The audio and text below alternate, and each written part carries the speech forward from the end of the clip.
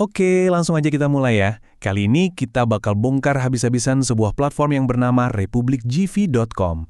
Kita akan lihat lewat sebuah analisis mendalam. Di tengah hebohnya dunia kripto sekarang, banyak banget yang ngaku-ngaku bawa revolusi. Tapi, apa benar semuanya begitu? Pertanyaannya simpel, apa ini beneran sebuah terobosan baru yang bakal mengubah dunia digital? Nah, dari pertanyaan inilah investigasi kita berangkat. Atau jangan-jangan ini cuma kebalikannya, sebuah ilusi yang dirancang super rapi cuma buat mainin kepercayaan kita semua. Tenang, dalam pembahasan ini kita akan ungkap semuanya secara objektif dan teknis. Oke, jadi yang jadi subjek investigasi kita kali ini adalah republikgcv.com. Platform ini dipromosikan oleh sosok yang, cukup misterius, yang menyebut dirinya Kosasi Nakamoto. Dari analisis komprehensif kami, ada beberapa temuan kunci nih. Platform ini ngakunya sebagai ekosistem metaverse, terus nyatut-nyatut nama Pi Network seolah-olah ada hubungan. Tapi, yang paling penting dari semuanya, analisis informatika dan kriptografi kita menyimpulkan kalau ini punya tanda-tanda kuat skema pseudo-scam yang pastinya membahayakan data dan finansial kita. Nah, sekarang kita masuk ke bagian yang seru, bagian teknisnya. Kita akan bedah satu persatu klaim teknologi yang mereka pakai buat bangun citra seolah-olah kredibel. Mereka ini ngaku pakai sesuatu yang namanya kedengeran canggih banget. Euler Consensus Protocol V23. Namanya ilmiah dan meyakinkan banget kan? Well, ini dia poin utamanya. Setelah kita sisir semua literatur ilmiah, jurnal-jurnal akademis, dan semua dokumentasi teknis blockchain yang ada, hasilnya apa? Nol besar. Gak ada satupun protokol yang diakui dengan nama itu. Ini tuh trik lama. Pakai istilah yang kedengeran ilmiah biar kelihatan canggih, padahal isinya kosong melompong. Kalau tadi belum cukup aneh, mereka juga ngenalin mekanisme validasi yang mereka sebut Proof of Overfaith, atau disingkat POOF.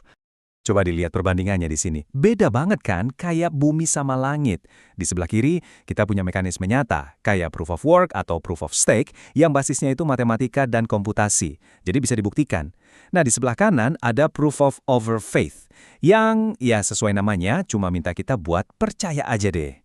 Ini sama sekali bukan istilah teknis. Ini tuh ciri khas skema Ponzi yang modal utamanya kepercayaan buta, bukan teknologi. Oh, mereka juga pamer Public Explorer yang seolah-olah nunjukin transaksi live. Tapi setelah dianalisis, itu cuma data statis. Cuma daftar transaksi palsu yang dibikin skrip sederhana buat ngasih ilusi kalau jaringannya aktif. Nggak ada blok baru, nggak ada validasi, cuma pajangan. Sekarang, ayo kita geser ke aspek lain yang jauh lebih bahaya. Janji-janji soal uang yang mereka pakai buat mancing para pengguna. Coba perhatikan angka ini. Mereka ngeklaim nilai satu koin mereka itu bisa sampai $314.159. Angka yang jelas-jelas sengaja dibikin mirip sama konstanta matematika pi. Kreatif, tapi... Gini deh, biar kebayang betapa gak masuk akalnya klaim ini. Kalau nilai satu koinnya beneran segitu, dengan jumlah koin yang beredar, total nilai pasarnya itu bisa lebih besar dari gabungan seluruh ekonomi di dunia. Ini secara fundamental mustahil. Ini bukan lagi soal analisis pasar. Ini murni soal manipulasi psikologis. Terus gimana cara dapetinnya? Katanya sih dengan menambang. Tapi jangan bayangin proses komputasi yang ribet ya. Menambang di sini tuh cuma soal ngeklik tombol di website. Tujuannya apa?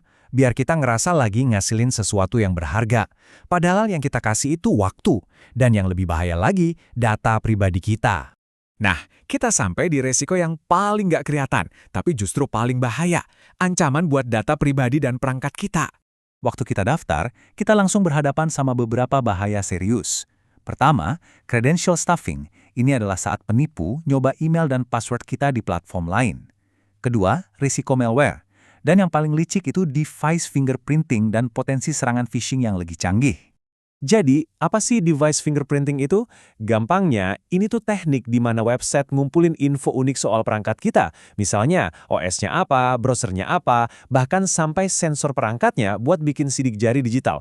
Inilah kenapa saran pakai email beda aja itu nggak ada gunanya. Walaupun email kita beda, mereka tetap bisa tahu kalau akun-akun itu diakses dari perangkat yang sama persis. Biar nggak ada keraguan lagi, coba kita lihat perbandingan langsung ini. Di baris tim, Pi Network yang asli itu timnya jelas dari Stanford, sementara republikGCV cuma punya Kosasi Nakamoto yang anonim. Lanjut ke blockchain dan konsensus, Pi Network pakai teknologi beneran, sedangkan republikGCV pakai teknologi abal-abal. Bedanya kelihatan di setiap aspek, dari keamanan sampai nilai koinnya. Jelas banget kan? Keduanya sama sekali nggak ada hubungannya. Mengingat semua resikonya, terus gimana dong cara kita melindungi diri? Oke, kita bahas beberapa langkah praktis yang penting banget. Yang pertama dan utama, hindari partisipasi. Udah jangan kasih data, waktu, atau uang Anda. Kedua, selalu do your own research alias di UIOR. Cek ulang setiap klaim dari sumber lain yang terpercaya. Ketiga, curiga aja sama janji-janji untung gede yang nggak masuk akal. Keempat, lindungi akun-akun Anda dengan password unik dan aktifkan autentikasi 2 faktor. Dan yang terakhir, kalau bisa, pisahkan resikonya. Pakai perangkat khusus buat aktivitas online yang mencurigakan. Pada akhirnya, semua ini intinya cuma satu. Di dunia digital di mana ilusi bisa dibikin dengan gampang banget, kepercayaan yang kita kasih tanpa cek dan riset yang teliti, itulah kelemahan kita yang paling besar. Jadi, saya mau tutup pembahasan ini dengan satu pertanyaan. Di tengah dunia yang penuh ilusi digital, aset apa sih yang paling berharga buat Anda? Jawabannya mungkin bukan aset digital yang dijanjikan ke kita, tapi justru kemampuan kita untuk berpikir kritis dan melek digital. Tetap cari informasi dan tetap waspada.